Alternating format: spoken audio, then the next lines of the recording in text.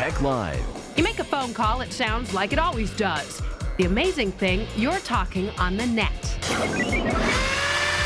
Shots for trees. Biologists find a way to save a special California oak. A problem for would-be bioterrorists getting their hands on lab gear, but investigators discover an easy way to get it from the U.S. government. There's only so much you can train dogs to do, so if you want him to really speak, don't be afraid. I am Canid 3942. You need to learn some tech tricks. And now, here's TechLive. Good to have you join us. I'm Michaela Pereira. And I'm Lindsay Arendt. A revolution is taking place in the telephone industry, one even bigger than going from rotary dialing to push buttons. No, we're not talking cellular here. Right now, 10% of the calls you make from home or work cross the internet. And in a decade, it could be all of them. It's called Voice over Internet Protocol. It's cheap, and it's a hot topic. After 30 years, Omid Pezeshki has finally cut the cord. The phone cord, that is. So basically for me, it was a no-brainer. I just made a decision based on costs. We're not talking wireless. We're talking internet telephony. Omid's entire office phone system runs through the net, and he loves it. Why? It's cheap.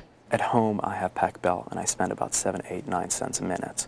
Over here, I spend about 2 to 3 cents a minute. We're taking advantage of keeping that call on the IP network and moving it as far as we can as an internet call. And the service is smart. If I'm going to lunch, to find me on my cell, or if it can go straight to voicemail. And unregulated. No 911 funds, no universal service funds, state-level taxes. And that's exactly what makes voice-over internet telephony companies like 8x8 so powerful. They bypass phone companies completely and offer cool features to boot.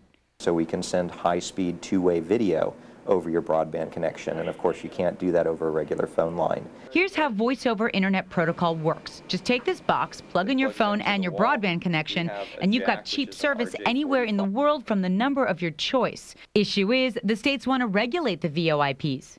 The existing telecom laws that are out there are out of date with respect to the capabilities of this technology. But no one is quite sure how to classify them or if that's the best idea right now. If you had regulated the Wright brothers after their first few flights, you might have missed some of the important social implications of flight. Interesting point there. Now, regulators in several states are trying to force VoIPs to fall under the same rules and fees as traditional phone companies, but a federal judge barred Minnesota from doing just that. That ruling could have an impact on other states like California, who are trying to do the same thing.